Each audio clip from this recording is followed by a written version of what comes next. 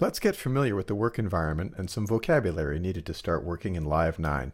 We'll start with the different windows in the Live default view. Your screen should look like this at startup. If it doesn't, don't worry. I'll show you how to configure the screen so it looks like this, and then you can set it up the way you like. First, check out this window. This is Info View, and it displays information about whatever the cursor is pointing to. See this? Track Activator. And how about this? Mixer drop area. It is handy to keep this window open, but if you need more room on your screen, and you don't need it anymore, you can click this little triangle. These little triangles will open and close different windows in Ableton. Another way to get this info window is to go to the View menu up here. Put a check next to Info. Just above the Info View window is the browser. It's divided into two parts. Check that info window. There's the Categories section and the Content pane. Selecting a category in the Categories section will open a submenu in the Content pane. In the Content pane, expand the list of instrument presets by clicking on the triangle. If you click on one of the presets listed, you'll hear what it sounds like.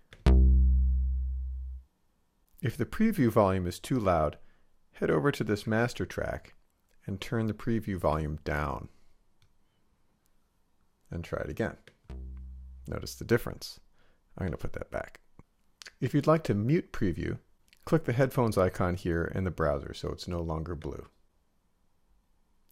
Double-clicking a sound will add it to the track in the mixer area. You can also drag a sound to a MIDI track or drag it into the empty space between the default tracks, right here. If everything is set up correctly, you should now be able to play that sound on your MIDI controller. Works great. Notice that when I added that sound, another window popped up down here. This is called the device window. Here, I can fine-tune the parameters for this device. Currently, the attack is at 0. So if I move that up, it takes a longer time for it to come to its full volume. More on these parameters later. Each track will have its own device settings that are accessed here. If I change my mind about this analog saw base, I can delete it by right-clicking and then choosing Delete. Notice the track is still there, but it's empty now. I didn't really mean to do that, so I'll undo it. Control Z. This track is in focus right now. I can tell because it's a lighter shade of gray than the other tracks. Its Record Arm button is also selected, so I can record this track if I want to. Notice that each track is made up of a row of cells, kind of like a spreadsheet. Also notice that each cell in this track has a little record circle. All the other tracks have a stop square. That's because this track is armed. If I wanted to arm multiple tracks, I would hit Command and then arm the next track. Now they're both armed. But I'm only going to record on this track. I'm ready to record, but before I do, I need some kind of a click track to sync everything together.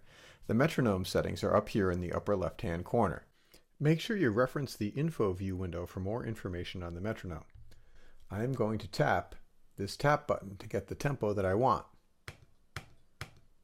So I'm at about 130. I'm going to hit the stop button twice, and I'm going to round that to 130 exactly, and hit the enter button. I'm in 4/4 time, which means that when I arm this metronome, I'm going to get a 1-bar count off. That's 4 beats before I start recording. You can change this if you want, or you can set it to none, but the default is 1 bar. So I've got these record buttons ready to go, and all I'm going to need to do is tap the record button and then play something after my 1-bar count off. Here we go.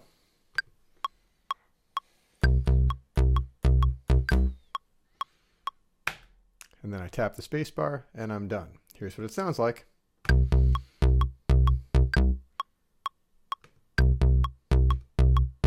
Now to stop it, I can hit this stop button on the bottom here, or I can tap the space bar. Now I'm going to record again. I'm going to record into this track, but instead of hitting the space bar when I'm done, I'm going to tap the next record button. Put my metronome back on, and here we go.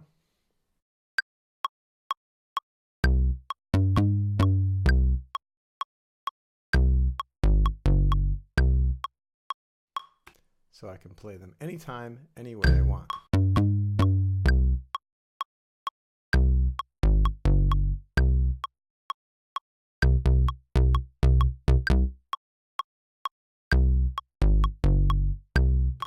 So there's no quiz for this lesson.